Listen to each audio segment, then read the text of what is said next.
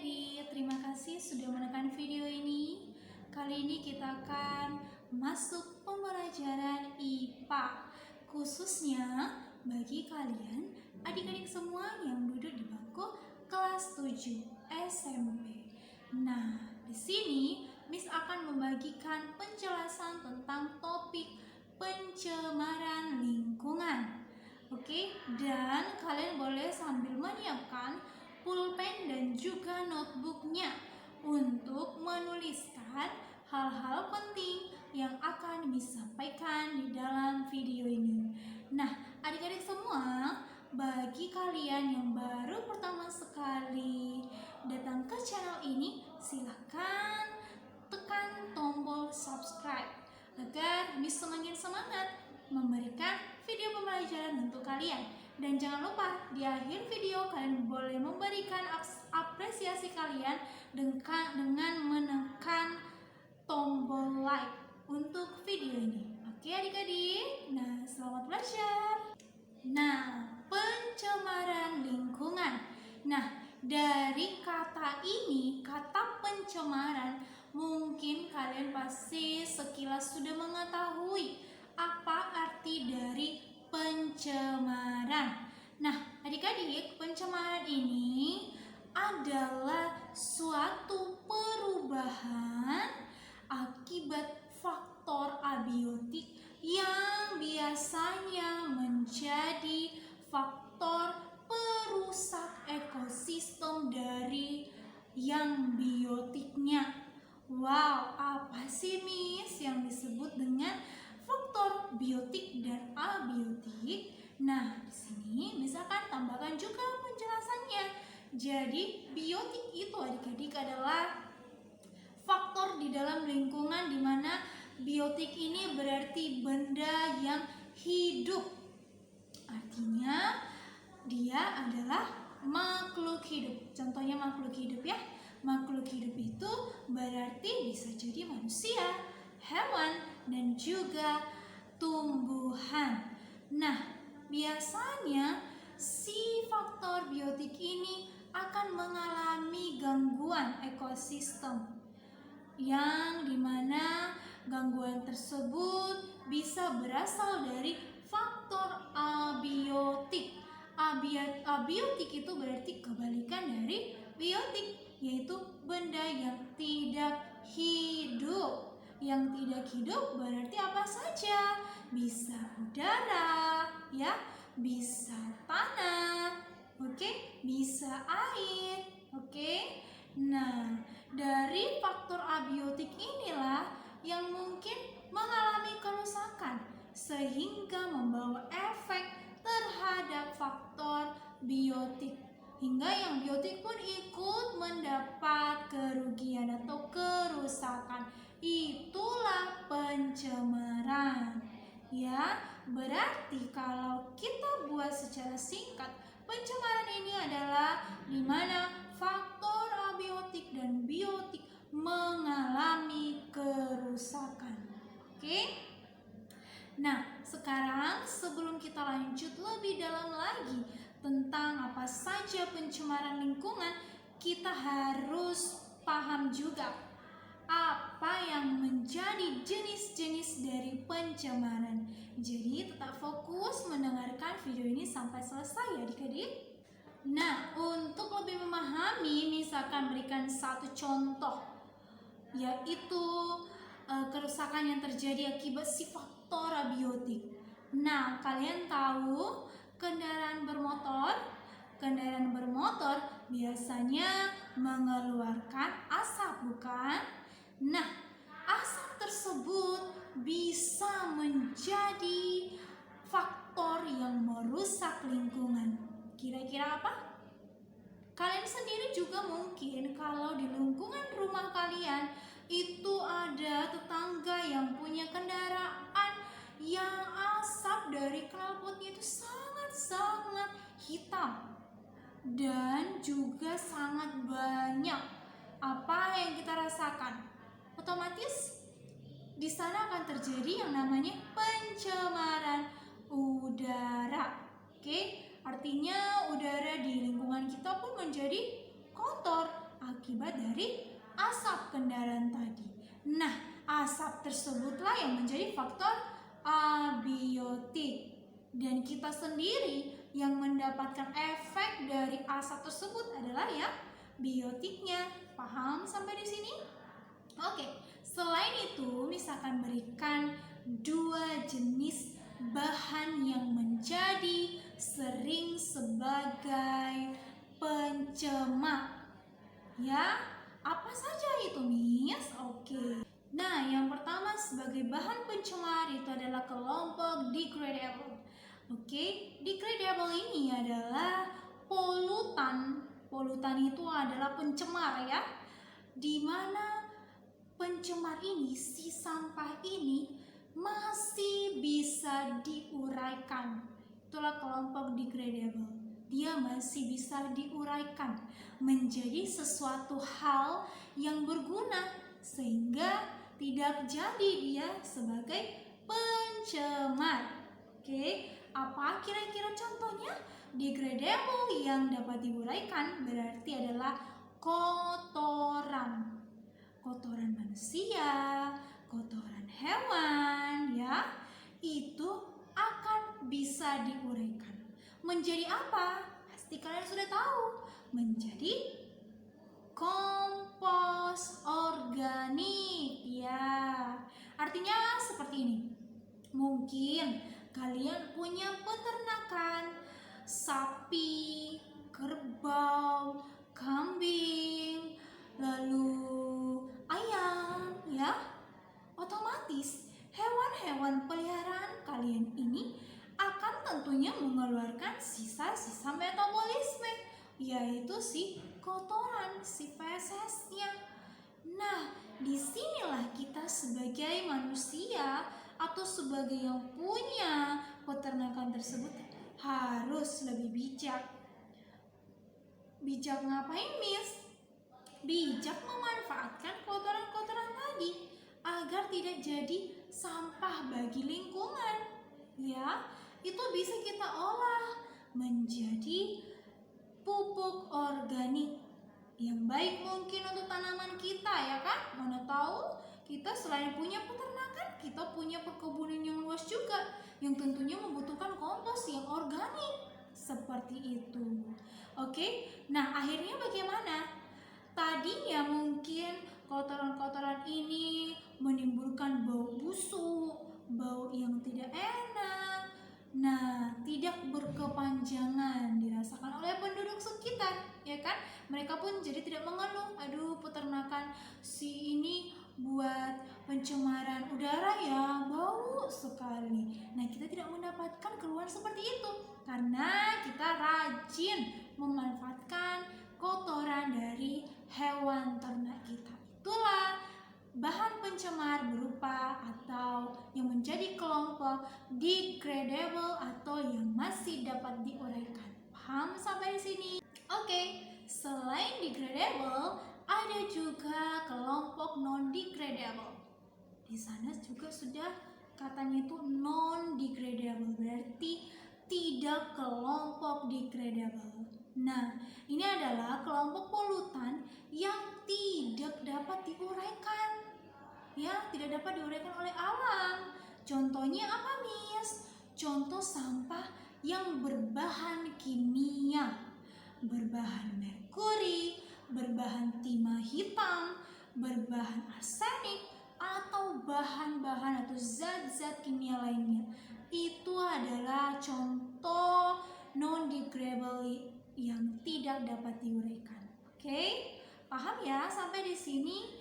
Itu adalah 2 contoh bahan pencemar yang perlu kalian ingat. Ya? Nah, setelah paham apa itu pencemaran, bagaimana saja bahan atau jenis bahan pencemar. Nah, di sini juga kita harus sadar bahwa sebenarnya yang sering sekali melakukan pencemaran ini adalah kita sendiri, manusia sendiri.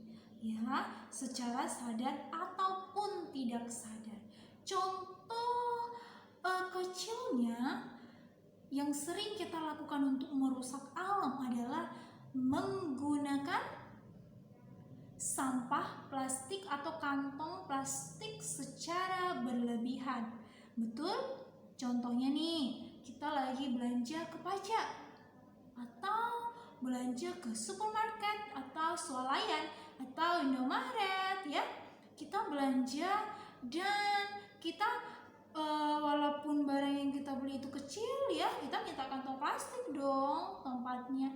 Padahal itu sama saja dengan bagaimana menambah sampah. Karena mungkin kita hanya beli 1 botol aqua dan kita minta digunakan pakai plastik untuk tempatnya. Tahu-taunya kita buka aqua, kita minum, plastik yang menjadi pembungkusnya tadi tuh kita buang. Ya kan? Artinya apa? Sudah tambah lagi 1 sampah. Yang seharusnya tadi waktu kita belanja mungkin, Mbak, karena saya hanya beli aqua, tidak usah pakai plastik ya. Seperti itu. Atau cara bijaknya lagi, kita bawa goodie bag sendiri dari rumah. Goodie bagnya yang berbahan kain contohnya. Jadi setiap kita belanja ke pajak atau ke pasar, ke supermarket, kita sudah punya goodie bag sendiri dan tidak perlu meminta plastik lagi.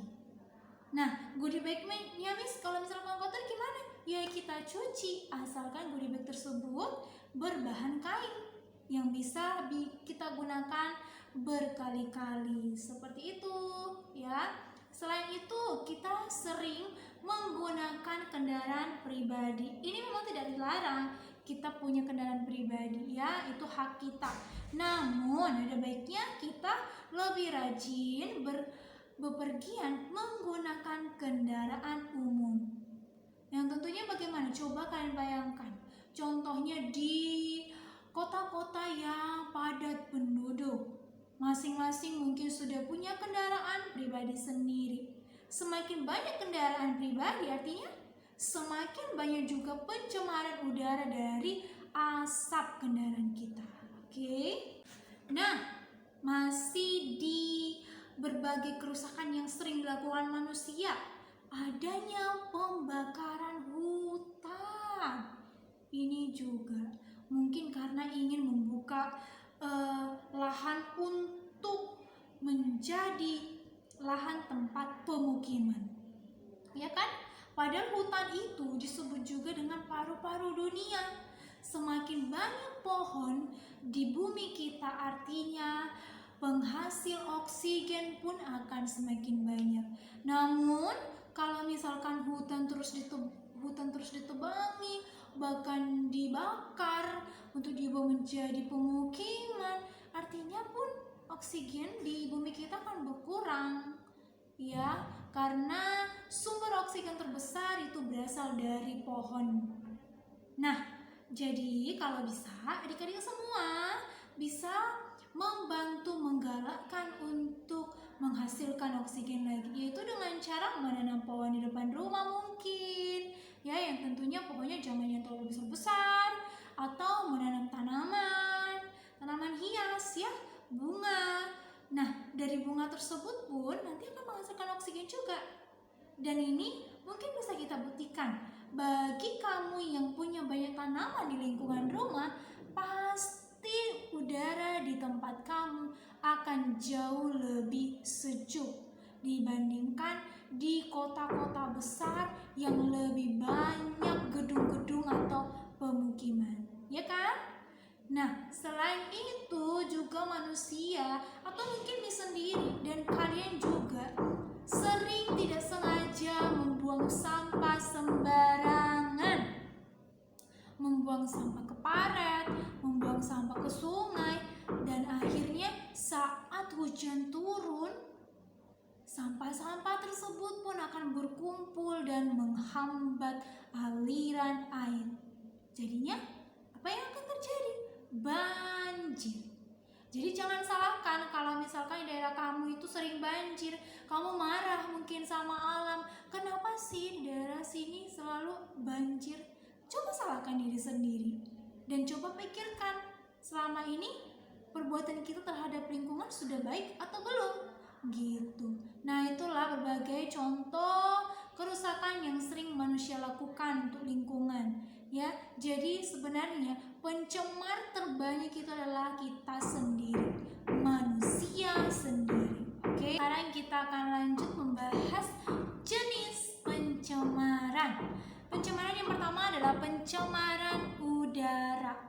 Pencemaran udara ini berarti pencemaran yang sering mengakibatkan polusi di udara kita, yaitu adanya pembakaran hutan tadi ya. Pembakaran hutan ini juga kan akan menimbulkan asap, yang menimbulkan daerah lingkungan itu mungkin akan kabut, dan asap ini sangat-sangat bisa membahayakan bagian pernapasan kita kalau sampai asap itu kita hirup, ya. Selain itu juga asap kendaraan tadi, ya, asap dari knalpot kendaraan. Nah, kemudian ada juga pencemaran air. Pencemaran air berarti pencemaran yang bisa terjadi di perairan. Nah, biasanya yang sering mengakibatkan pencemaran air itu adalah limbah yang mungkin dibuang sembarangan dari pabrik-pabrik, atau kita sendiri juga mungkin membuang limbah deterjen ke aliran sungai. Nah, kenapa memangnya Miss? Kan buangnya ke sungai, bukan ke rumah orang. Nah, di sungai itu adik-adik banyak juga makhluk hidup, ya, ikan, katak, atau makhluk hidup lain yang tinggal di sungai. Dan dari limbah-limbah yang kita buang tadi itu bisa membunuh mereka. Oke, kemudian ada juga pencemaran tanah. Pencemaran tanah ini juga sering terjadi, yaitu saat kita menggunakan pestisida yang berlebihan pada tanaman. Ini bisa merusak tekstur dari tanahnya, yang mengakibatkan tanah tersebut tidak akan subur atau tidak sesubur dulu lagi. Kemudian juga saat kita membuang sembarangan pecahan kaca ke tanah, ya, itu juga akan mengganggu kesuburan tanah tersebut. Nah, dari tiga ini kira-kira ada pertanyaan adik-adik? Kalau kalian nanti ada pertanyaan, boleh cantumkan pertanyaan kalian di kolom komentar. Nah, satu lagi adalah pencemaran suara. Suara itu juga bisa menjadi polusi adik-adik. Contoh kecilnya mungkin di rumah. Saat mungkin di rumah itu ada kegiatan makan malam, ya. Mungkinkah kalian diperbolehkan oleh orang tua kalian sambil nyanyi-nyanyi? Tidak kan? Atau mungkin saat di rumah itu lagi ada pekerjaan yang banyak dilakukan mama papa, dan kalian di kamar itu menyalakan musik sekuat-kuatnya. Akhirnya bagaimana? Mama dan papa yang mungkin mengerjakan kerjaan penting di rumah kan merasa terganggu dan tidak fokus lagi. Mungkin bisa jadi merasakan bukan hanya orang yang ada di rumah kita, bisa juga mungkin dirasakan oleh tetangga, yang mungkin tetangga tersebut juga sangat terganggu dengan kebisingan musik yang terlalu keras kita pasang tadi. Oke, selain itu juga kebisingan yang terjadi di jalan raya. Ya, mungkin lagi lampu merah, kan semua kendaraan berhenti. Dan baru saja lampu merah berganti menjadi lampu hijau, yang artinya kendaraan sudah bisa berjalan. Dari belakang kendaraan sudah langsung pasang klakson. Semuanya, coba kalian bayangkan, akan bising kan di jalan raya? Padahal sebenarnya tinggal tunggu yang di depan saja. Mereka jalan, ya kita berjalan. Tidak perlu langsung pasang klakson sekuat-kuatnya. Ya kan? Tidak ada juga kan? Mungkin orang yang betah di lampu merah terus, dia pasti jalan seperti itu. Nah, dari beberapa jenis pencemaran ini, ada baiknya setelah membahas topik ini kalian bisa lebih bijak untuk menjaga lingkungan dan menghindari berbagai jenis pencemaran di lingkungan. Kita mulai dari diri kita sendiri. Tidak mungkin kita langsung memaksa orang lain jangan melakukan membuang sampah sembarangan, jangan buang limbah ke sungai, jangan menimbulkan kebisingan, jangan merusak hutan atau pohon ditebangi, jangan melakukan itu. Jangan kita selalu menyuruh orang lain, tetapi coba kalian menyuruh diri kalian sendiri untuk lebih bijak pada lingkungan. Dengan hal itu, mungkin bisa jadi akan mengurangi pencemaran lingkungan. Oke, jadi pertemuan kita hari ini cukup sampai di sini dan Miss harap topik ini bisa bermanfaat untuk kalian untuk pembelajaran IPA di kelas 7. Dan tentunya misalkan selalu update video-video terbaru yang pastinya akan berhubungan dengan topik pembelajaran IPA di SD, IPA di SMP, dan juga biologi di SMA. Untuk itu, setelah menonton video ini, coba kalian tekan tombol like dan subscribe. Kalau bisa juga kalian share ke teman-teman kalian yang membutuhkan pembelajaran topik ini. Dan karena sudah di akhir pembelajaran, sekarang kita tutup ya adik-adik. Dan sampai jumpa di pembelajaran selanjutnya. Bye-bye.